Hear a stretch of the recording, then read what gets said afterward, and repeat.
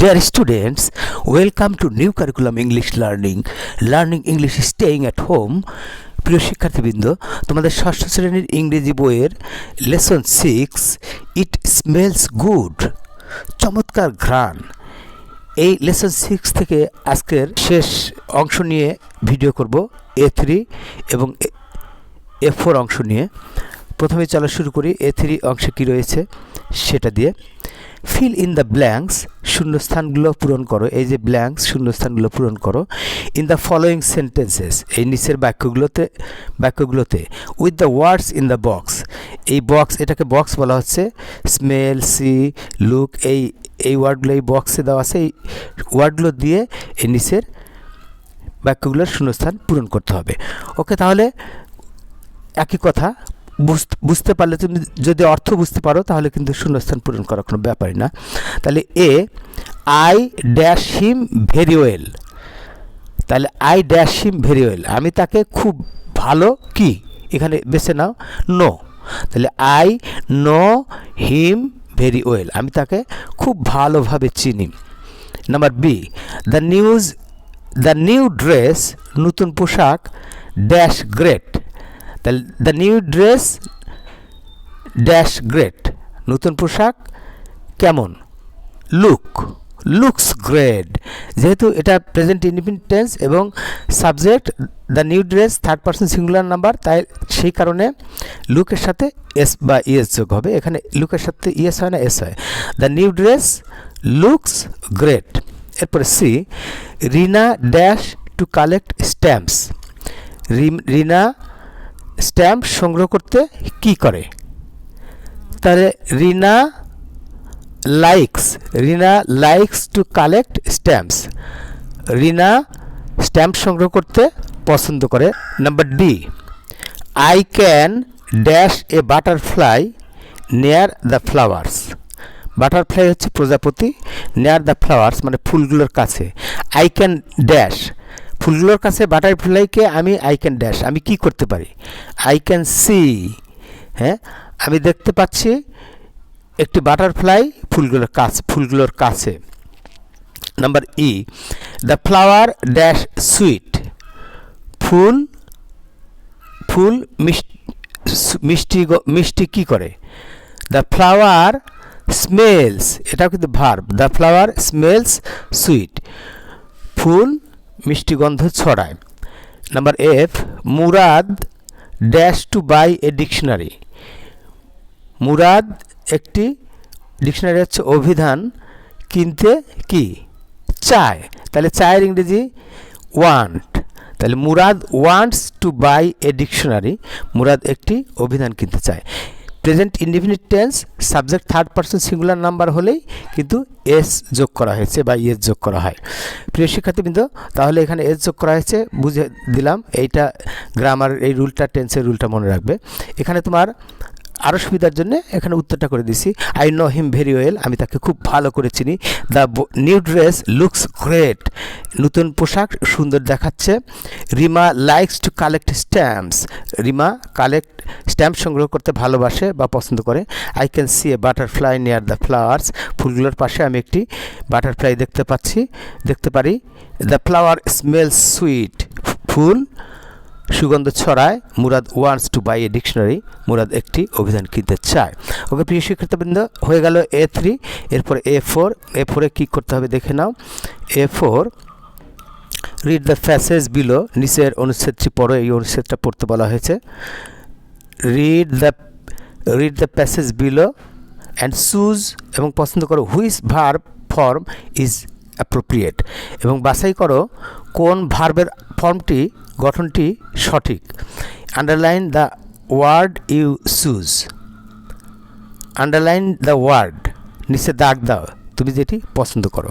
তাহলে এখানে অপশন দেওয়া আছে ওয়ার্কস অথবা ইজ ওয়ার্কিং, টেন্স অনুযায়ী কিন্তু। প্রেজেন্ট ইনডিফিনিট টেন্স হলে ভার্বের সাথে এস বাই এস হয়, আর কন্টিনিউয়াস হলে সাহায্যকারী ভার্ব পরে ভার্বের সাথে আইএনজি যোগ হয়। যেরকম এখানে এম ইজ আর, তার সাথে আইএনজি যোগ, এখানে ইজ ওয়ার্কিং, এইভাবে আর কি। ওকে প্রিয় শিক্ষার্থীবৃন্দ, টেন্সের বিষয়, টেন্সটা শিখতে হবে। টেন্সের ভিডিও থাকবে, সেখান থেকে দেখে নিও। আমি এখানে বুঝিয়ে দিচ্ছি। Shikhabanu works or is working as a waitress in a restaurant in Chittagong. Waitress হচ্ছে পরিবেশক, যে খাবার দাবার পরিবেশন করে। শিখা বানু ওয়ার্কস অথবা ইজ ওয়ার্কিং। চট্টগ্রামে একটি রেস্তোরাঁয় কাজ করছে অথবা কাজ করে। তাহলে এখানে কাজ করে ওনার কথা বলা হচ্ছে যে তিনি কোথায় কাজ করেন। শিখবানু ওয়ার্কস, তাহলে ওয়ার্কসের নিচে কিন্তু আন্ডারলাইন করতে হবে। এরপরে শি টেক্স অর্ডার্স, তিনি আদেশ গ্রহণ করেন, মানে কে কী খাবার খাবে সেই ধরনের আদেশ নেয় অথবা খাবার সংক্রান্ত আদেশ। And serves food to customers, সে ওই কাস্টমার্স হচ্ছে ক্রেতাদের খাবারের অর্ডার নেয় এবং সার্ভ মানে পরিবেশন করে, কে কী খাবে যেটা বলে আমাকে এটা দাও সেটা পরিবেশন করে। তাহলে এখানে কিন্তু প্রেজেন্ট ইনডিফিনিট টেন্স এই বাক্যটা। তাহলে বোঝার পরের বাক্য কী আছে, বাট কিন্তু টুডে দ্য চিফ কুক, প্রধান কুক হচ্ছে বাবুর্চি, প্রধান বাবুর্চি হ্যাজ সাডেনলি ফলেন ইল, হঠাৎ করে অসুস্থ হয়ে গিয়েছে। সাডেনলি হচ্ছে হঠাৎ করে, ফলেন ইল হয়েছে অসুস্থ হয়েছে। সো তাই he helps or is helping, তাহলে এটা প্রেজেন্ট ইনডেফিনিট টেন্স হবে নাকি প্রেজেন্ট কন্টিনিউয়াস টেন্স হবে? যেহেতু কাজ করছে তাই সে, so she is helping the other cooks, তাই অন্যান্য বাবুর্চিদেরকে সে সাহায্য করছে ইন দ্য কিচেন, রান্নাবান্নার কাজে। She makes or is making pudding, সে মেক্স তৈরি করে নাকি সে তৈরি করছে? তাহলে যেহেতু সাহায্য করছে তাহলে এখানেও she is making pudding, say pudding তৈরি করছে। শি থিঙ্কস, সে চিন্তা করে অথবা ইজ থিঙ্কিং অফ হার সন, তাহলে শি ইজ থিঙ্কিং মানে এই পুডিং তৈরি করতে করতে হঠাৎ তার ছেলের সান অর্থাৎ পুত্রের কথা মনে হয়। তাহলে শি ইজ থিঙ্কিং, সে ভাবছে অফ হার সান, তার পুত্রের কথা। প্রিয়ামের কথা ভাবছে। How he loves or is loving pudding, মানে কেমন সে ভালোবাসে না সে কি ভালোবাসছে। হ্যাঁ, হি ইজ লাভিং তো এটা হবেই না।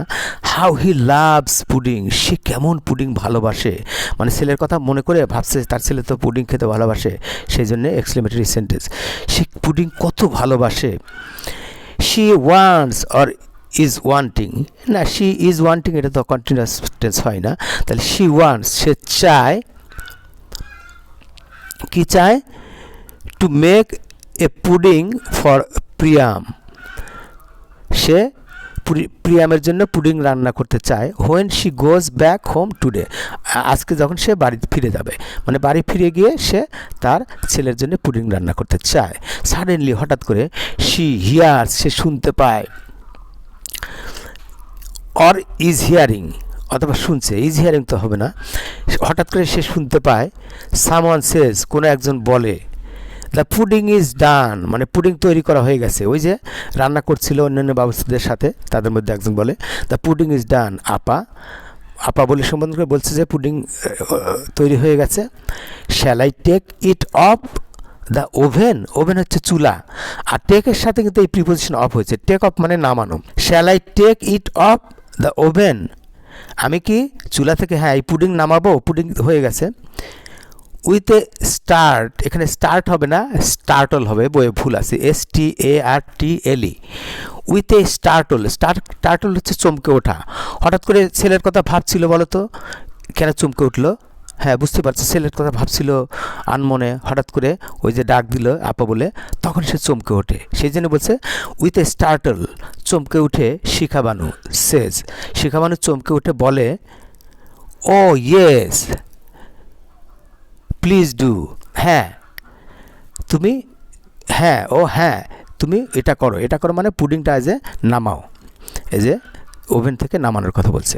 ওকে প্রিয় শিক্ষার্থীবৃন্দ, সবসময় বলছি কিন্তু আবারও বলতেই থাকবো, কারণ এটাই তো আমার কাজ এবং তোমার কাজ হচ্ছে আমার কথা অনুসরণ করা এবং মানা, তাহলে তোমার পড়া আরও সুন্দর হবে।